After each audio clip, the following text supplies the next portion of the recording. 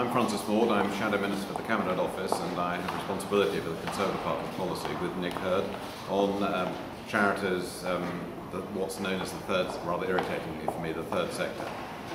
We're here at the Central Hall talking to a conference about social business, social investment, and the need for the charitable sector, charitable or voluntary organisations and social enterprises to be able to grow and expand to meet the growing needs they're going to be, particularly focusing on our concern with worklessness, the need to get people from welfare onto work.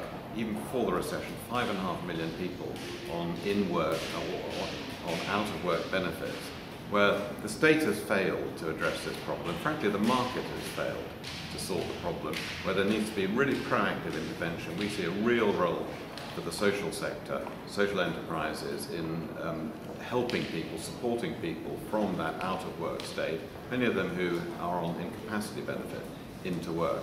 Same with prison rehabilitation. Our prison system is frankly a disgrace, where people reoffend so often.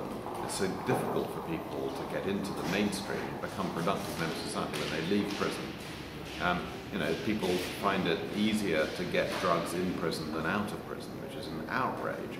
And again, we need to have continuity with the same organisations looking after people in prison and then for the period after they leave prison, to give the maximum chance of them not reoffending.